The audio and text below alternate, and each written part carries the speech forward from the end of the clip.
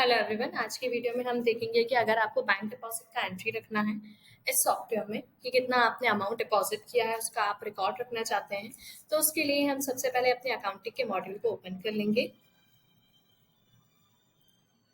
Module को open करने के बाद यहाँ पे आपका जो बैंक डिपॉजिट का ऑप्शन है उसको आप ओपन कर लेंगे। यहाँ पे आप सबसे पहले अपना स्कूल नेम, देन आपका जो बैंक है उसका आप नेम यहाँ पे मेंशन कर देंगे। किस डेट पे आप डिपॉजिट का एंट्री कर रहे हैं वो आप यहाँ पे डेट मेंशन कर देंगे। स्टेटस आपको यहाँ पे दो स्टेटस शो होंगे, क्लियर्ड और अनक्लियर्ड। तो पहले हम क्लियर्ड लेके देख लेते हैं। देन आपका जो पेमेंट मोड है कि आप किसके थ्रू बैंक में डिपॉजिट कर रहे हैं अमाउंट, वो आप यहाँ पे सिलेक्ट कर लेंगे। देन आपका जो अमाउंट है वो आप यहाँ मेंशन कर देंगे। जैसे कि आपका यहाँ पे आपने अमाउंट दे दिया।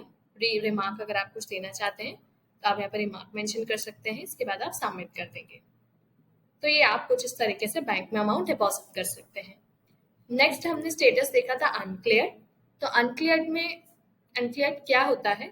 जैसे कि अगर आप जो भी अमाउंट बैंक में डिपॉजिट कर रहे हैं और किसी कारणवश वो अमाउंट डिपॉजिट नहीं हो पाया है, तो उसके लिए हम स्टेटस सेलेक्ट करते हैं अनक्लियर्ड। तो यहाँ पे हम कौन से बैंक में डिपॉजिट करना चाह रहे थे वो हम बैंक नेम दे देंगे। हमारा जो कैश पेमेंट मोड है वो हम यहाँ पे पेमेंट मोड सेलेक्ट कर लेंगे। देन उसके बाद हम यहाँ पे अमाउंट मेंशन कर देंगे। जैसे कि जो आपका अमाउंट है 1000 आप रखना चाहते हैं, आपने यहाँ पे 1000 मेंशन कर दिया। और रिमार्क अगर आप कुछ देते हैं तो आप यहाँ पे रिमार्क दे देंगे। अगर आप स्टेटस अनक्लियर्ड मेंशन करते हैं तो यहाँ पे अनक्लियर्ड बैंक डिपॉजिट के नीचे जितने भी आपके बैंक डिपॉजिट अमाउंट है वो अनक्लियर्ड स्टेटस में होंगे, तो आपको यहाँ पे नीचे देखने को मिल जाएंगे। अगर आपको इनका स्टेटस चेंज करना है तो उसके लिए यहाँ पे आपको क्लियर्ड का ऑप्शन देखने को मिल रहा होगा। यहाँ से आप स्टेटस अपने अकॉर्डिंग चेंज कर सकते हैं। आपको यहाँ पे स्टेटस क्लियर्ड, रिटर्न, कैंसिल ये ऑप्शंस देखने को मिल रहे होंगे।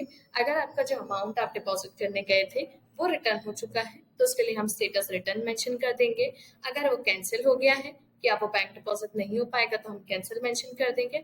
और यदि वो अभी भी अनक्लियर्ड के स्टेटस में है तो हम यहाँ से अनक्लियर्ड मेंशन कर देंगे। अगर क्लियर्ड हो चुका है तो क्लियर्ड मेंशन कर देंगे।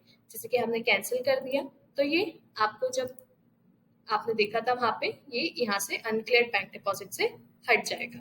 यानी कि आपने जब कैंसिल कर देंगे तो आपको यहाँ पे कोई भी डिपॉजिट अमाउंट शो नहीं होगा। इसके बाद इसमें आप एक और कंडीशन एक और इशू आप फेस कर सकते हैं। जैसे कि आपका जो अकाउंट है वो एसबीआई का है और आपको जो चेक मिला है वो दूसरे बैंक का है। तो आप यहाँ पे अपना बैंक नेम सेलेक्ट कर लेंगे। जिस डेट को आपको जो अमाउंट मिला है वो आप यहाँ पे डेट मेंशन कर देंगे। अमाउंट डिपॉजिट करने को मिला है वो date. Then status, payment mode आपको जैसे चेक मिला है तो आपने चेक कितना अमाउंट यहाँ पे आपको मेंशन करना है वो आप यहाँ अमाउंट मेंशन कर देंगे। दूसरे बैंक का जो आपको चेक मिला है वो आप यहाँ पे बैंक नेम मेंशन कर सकते हैं।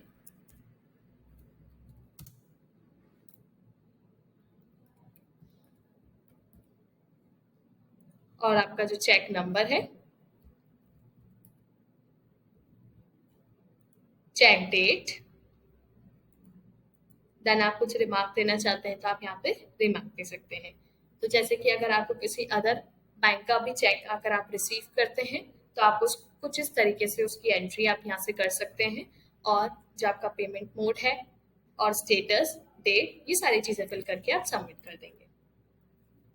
तो कुछ इस तरीके से आप देख सकते हैं कि कैसे आप बैंक डिपॉजिट कर सकते हैं और कैसे कैसे आप बैंक डिपॉजिट की एंट्री सॉफ्टवेयर के द्वारा कर सकते हैं।